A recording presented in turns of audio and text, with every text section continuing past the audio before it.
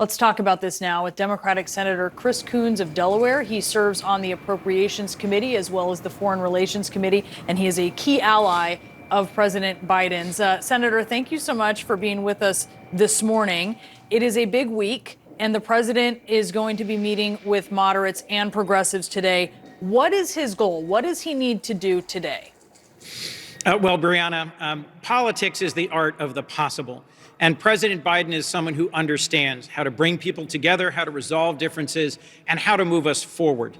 The Build Back Better bill will move forward, including some significant, I would even say historic investments in reducing the costs that Americans stay up at night worrying about, whether that's the cost of health care and elder care, or it's daycare and pre-K.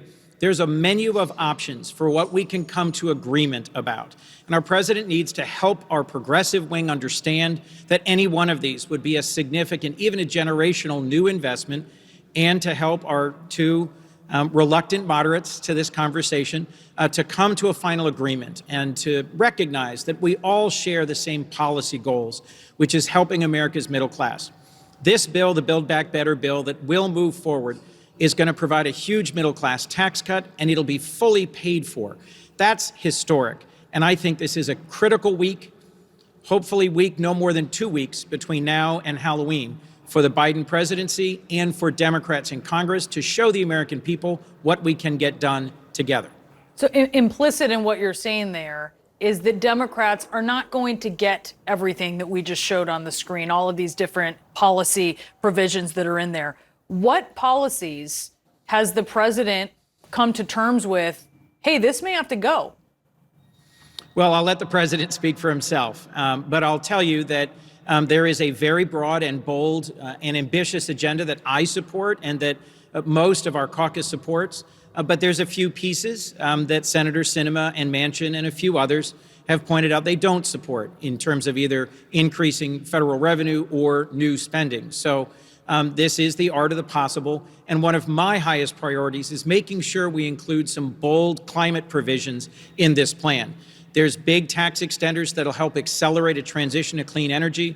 There's the Civilian Climate Corps, which I'm continuing to fight for, and so are many in leadership, from Senator Schumer to, frankly, President Biden.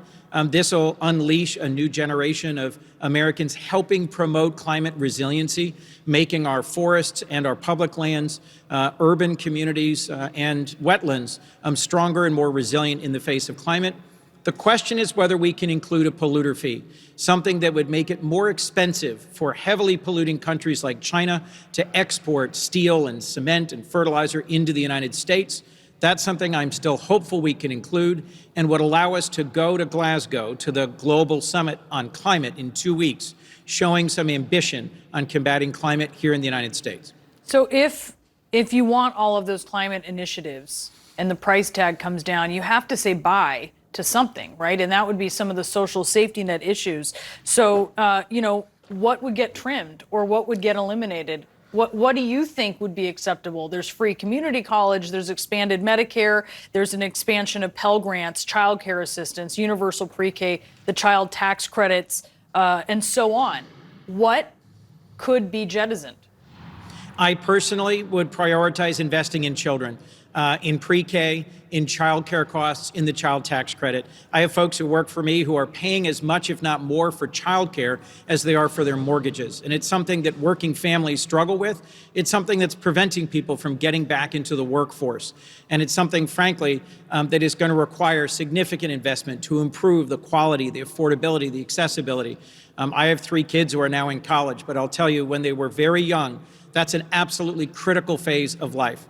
But Brianna, these are tough choices. And at the end of the day, the values choices that we're going to have to make as a caucus are going to be difficult, but they have to reflect a focus on reality. We're going to get a few big things done, but they have to be so significant that families across this country next year can say, that's what the Democrats did when they had a chance, when they controlled Congress and the White House. And whether it's lowering prescription drug costs or improving daycare and pre-K, it made a difference to me and my family. Have seen there's been a little bit of acrimony between your colleagues, Senator Sanders and Senator Manchin. That is a nice way of putting it. The mean way might be they've been kind of jerky to each other. But here they are, as of yesterday, talking. How are you viewing the discussions between them and also the discussions between Senator Sanders and Pramila Jayapal, the head of progressives in the House? Well, Brianna, it's a positive thing when peace breaks out in my caucus.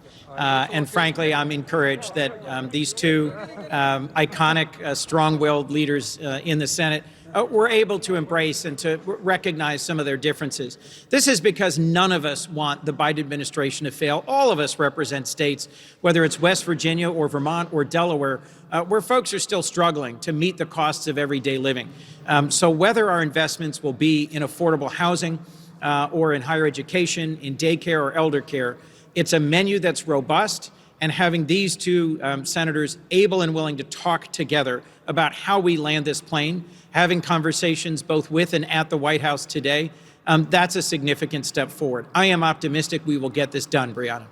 All right, it's a big week, big couple of weeks. We'll see what comes out of these meetings. Senator Coons, thanks for being with us. Thank you.